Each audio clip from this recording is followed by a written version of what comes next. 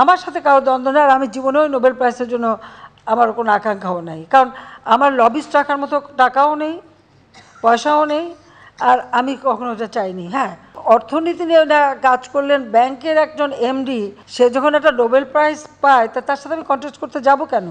তো এখানে যদি কেউ বিদেশে যদি আমার নামে প্রস্তাব দেয়, আমরা তো ছুটে যাইনি তাদের কাছে। আমার কাছে অনেকে আসছে, আমার নাম না, আমার সমস্ত পুরস্কারের দরকার নাই। আর এই পুরস্কার আমি দেখেছি এটা আন্তর্জাতিকভাবে যারা পায়, এখানে কোনো তাদের কতটুকু অবদান সেটা না, এখানে আলাদা একটা রাজনৈতিক একটা উদ্দেশ্য থাকে। অনেকে এমনকি যশোরে যে একটা এলাকায় হিলারি ক্লিন্টনকে নিয়ে যে সমস্ত পরিবারকে মাইক্রো ক্রেডিট দিয়েছিল, সে পরিবারগুলি কোথায় এখন? খোঁজ করেন। জমি জমা সব বেঁচে দিয়ে ওখান থেকে তারা পালিয়ে যেতে বাধ্য হয়, অনেকে আত্মহত্যা করেছে এই সুদের চাপে। আমি তাকে টাকা দিয়ে বলছিলাম যে এত সুদ না নিয়ে তারা যেন একটু সহনশীল করে দেয় মানুষকে, যে মানুষ সত্যিকার যেন দারিদ্র থেকে উঠে আসতে পারে।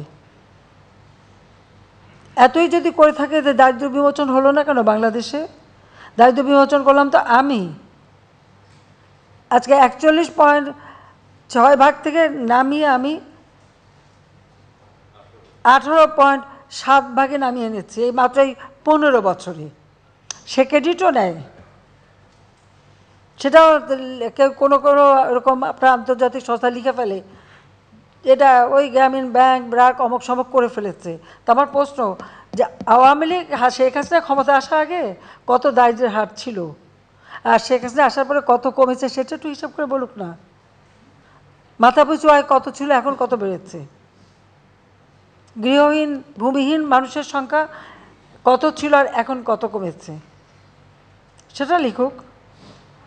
আবার লিখেছে ওখানে কি নোবেল প্রাইজের জন্য নাকি তার সাথে আমার সাথে কারো দ্বন্দ্ব নেই, আর আমি জীবনেও নোবেল প্রাইজের জন্য আমার কোনো আকাঙ্ক্ষাও নাই, কারণ আমার লবিস্ট রাখার মতো টাকাও নেই, পয়সাও নেই, আর আমি কখনো এটা চাইনি। হ্যাঁ, পার্বত্য চাপ শান্তি চুক্তি হওয়ার পরে শুধু আমার দেশ না, দেশে বিদেশে অনেক নোবেল আমার জন্য লিখেছে। আমি তো কখনো তদবির করতে যাইনি, কারোর কাছে বলতেও যাইনি। আমি তো কী পেলাম না পেলাম ওটা নিয়ে আমি কখনো, ওগুলো আমার মাথার মধ্যেও নেই। কারণ শান্তি এখন যিনি অর্থনীতি নিয়ে কাজ করলেন ব্যাংকের একজন এমডি, সে যখন একটা নোবেল প্রাইজ পায় তার সাথে আমি কন্টেস্ট করতে যাব কেন? পার্বত্য চট্টগ্রাম শান্তি চুক্তি আমি করেছি। পৃথিবীতে যত শান্তি চুক্তি হয়েছে খুঁজে বের করেন, শান্তি চুক্তি হয়েছে কয়েকটা অস্ত্রধারী আত্মসমর্পণ করেছে। আমি পার্বত্য চট্টগ্রামে শুধু শান্তি চুক্তি করিনি, 1800 জন তাদের অস্ত্রধারী ক্যাডার, তারা আমার কাছে অস্ত্র সারেন্ডার করেছে। আমি তাদের সকলকে সামাজিকভাবে আর্থিকভাবে পুনর্বাসন করেছি।